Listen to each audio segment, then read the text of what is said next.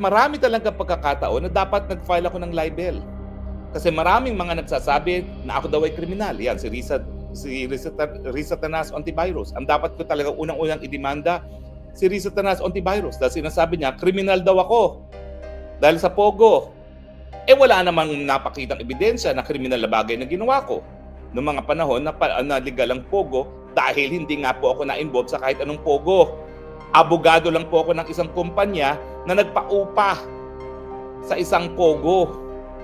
So talagang ako, kung ako ay hindi seryoso sa aking pagtataguyod ng karapatang pantao, ang una ko ng dinimanda for libel, Risa Tanas Ontiveros, dahil siya ang unang-unang nagbibintang sa akin ng isang krimen.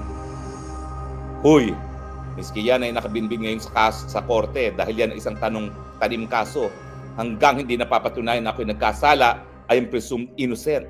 Pero dahil nga wala naman siyang pakialam sa karapatang pantao, yung Risa Tanas na yan, ay sasabihin, kriminal yan si Harry Roque nagtatago. Huy! Kung ikaw ay talagang tagapagtaguyod ng karapatang pantao, pangangalagaan mo ang karapatan ng asylum. So yung mga pinagsasabi na dapat ako umuwi sa kabila ng pagigipit na alam mo namang ginagawa sa akin ng iyong kakamping Marcos Jr., yan ay papatunay din talaga na hindi ka tagapagtaguyod ng karapatang pantao. Sabi nga ng iba sa social media, Che! Diba, no? Che! Take ka! Plastic!